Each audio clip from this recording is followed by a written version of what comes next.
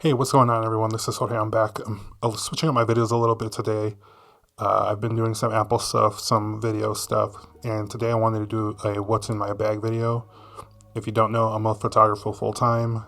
That's kind of where my niche is right now, and so I just kind of wanted to give everyone a peek into what I have ready to go every day for my everyday kind of shoots. Just as if I need something quick, I have this stuff ready to go.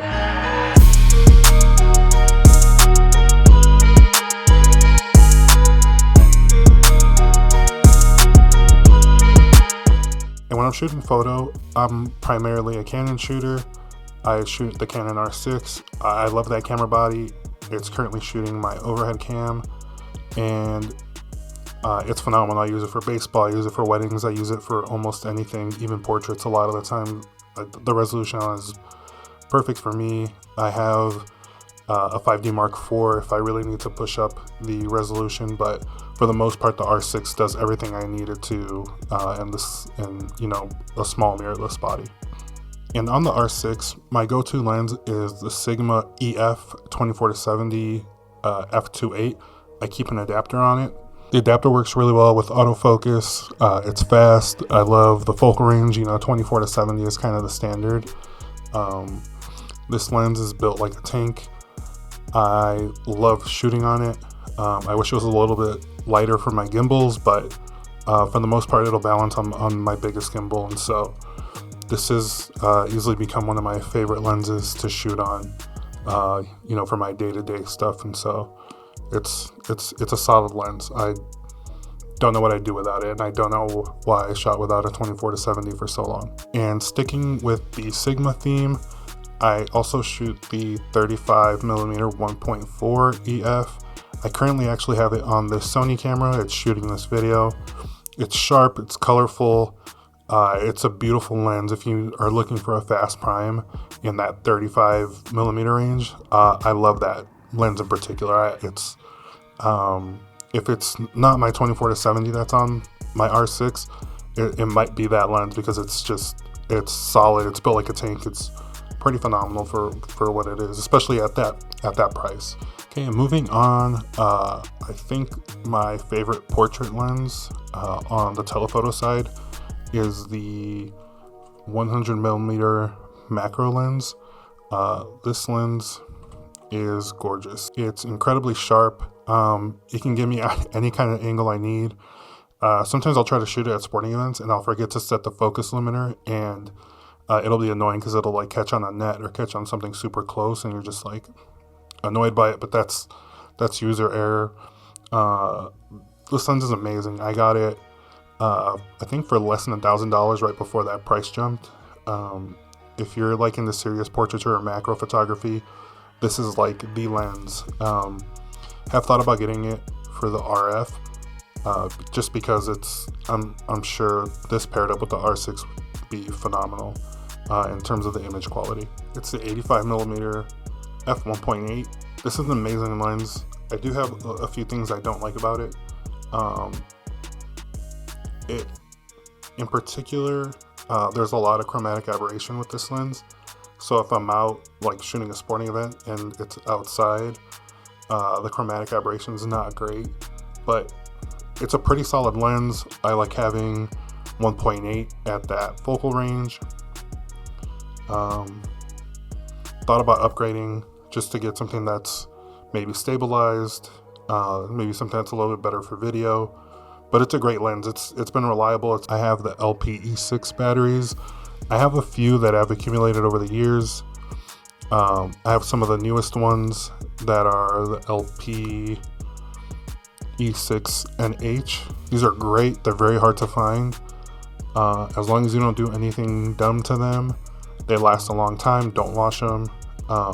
They're very hard to find. They're very expensive, but with my R6, I don't really use third-party batteries.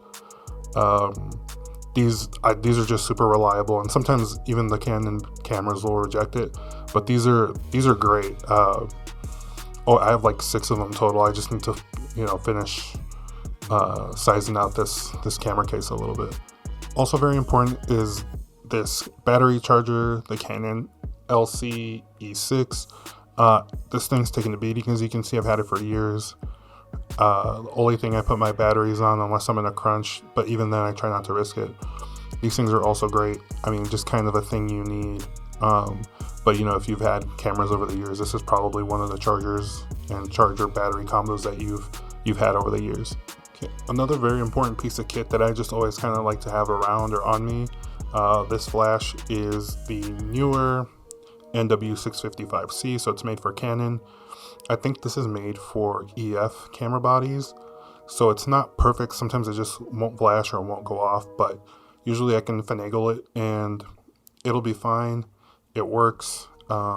It's high-speed sync for when I need that.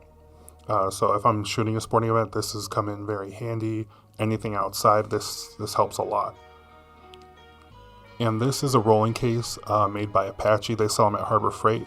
They're pretty great. It's about $100. It's not Pelican brand, but it's also not $400. So if you just need a safe place where you can store your camera equipment, it has space for locks.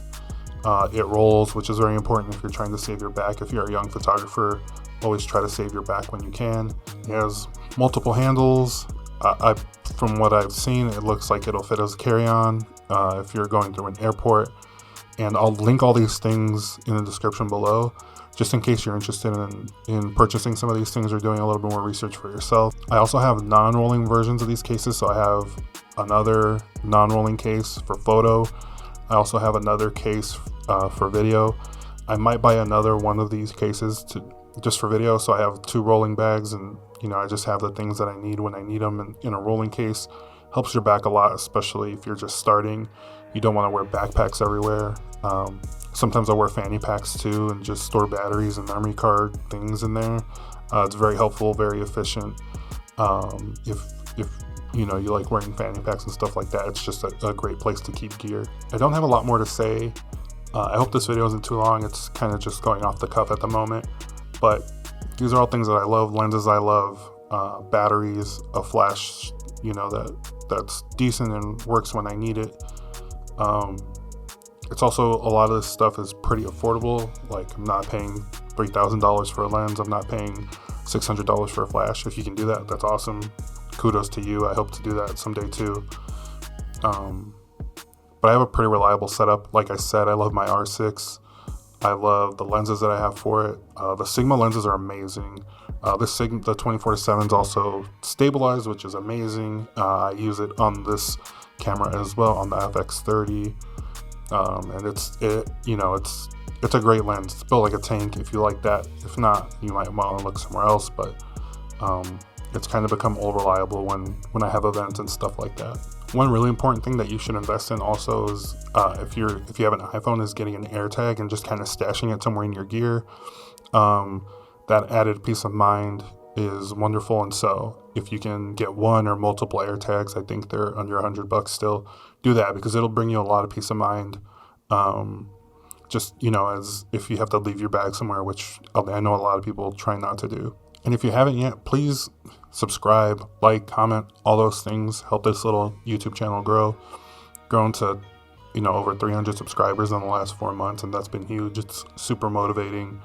I love making content like this, especially if you're just starting. I think these videos are super helpful just to gain multiple perspectives, even if you don't buy the thing that I mentioned to you.